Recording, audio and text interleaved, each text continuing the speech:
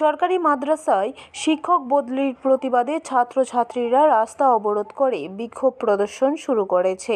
রাস্তা অবরোধের ফলে অবরোধের দুপাশে প্রচুর গাড়ি আটকে রয়েছে। অবরোধস্থলে প্রচুর পুলিশ এবং টিএসআর বাহিনী মজুত রয়েছে। ঘটনা কৈলাসহরের টিলাবাজার এলাকায়।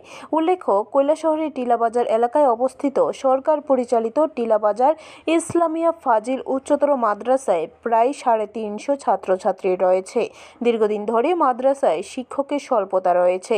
এই অবস্থায় বিগত 2 দিন পূর্বে শিক্ষা দপ্তরের পক্ষ থেকে মাদ্রাসার অ্যারাবিক শিক্ষক সিরাজুল ইসলামকে অন্যত্র বদলি করা হয়েছে। শিক্ষকের বদলির খবর শুনে ছাত্রছাত্রীরা ক্ষোভে ফেটে পড়ে এবং উত্তেজিত ছাত্রছাত্রীরা টিলাবাজার এলাকায় কৈলাসহর রাঙ্গাউটি রাস্তা অবরোধ করে বিক্ষোভ প্রদর্শন শুরু করে। দীর্ঘদিন থেকে আমাদের টিলাবাজার ইসলামিয়া দ্বাদশ শ্রেণী মাদ্রাসায় প্রচুর পরিমাণে শিক্ষকের ঘাটতি রয়েছে।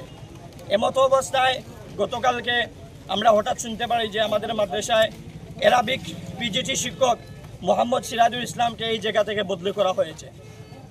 আমরা আজকে এই আন্দোলনে নেমেছি যাতে অতি সত্বর শীঘ্রই যাতে আমাদের শিক্ষকের বদলি বাতিল করা হয় এবং পুনরায় ওনাকে মাদ্রাসায় রাখা হয়, এই জন্য আমরা আন্দোলনে নেমেছি। ব্যুরো রিপোর্ট, খবর ত্রিপুরা।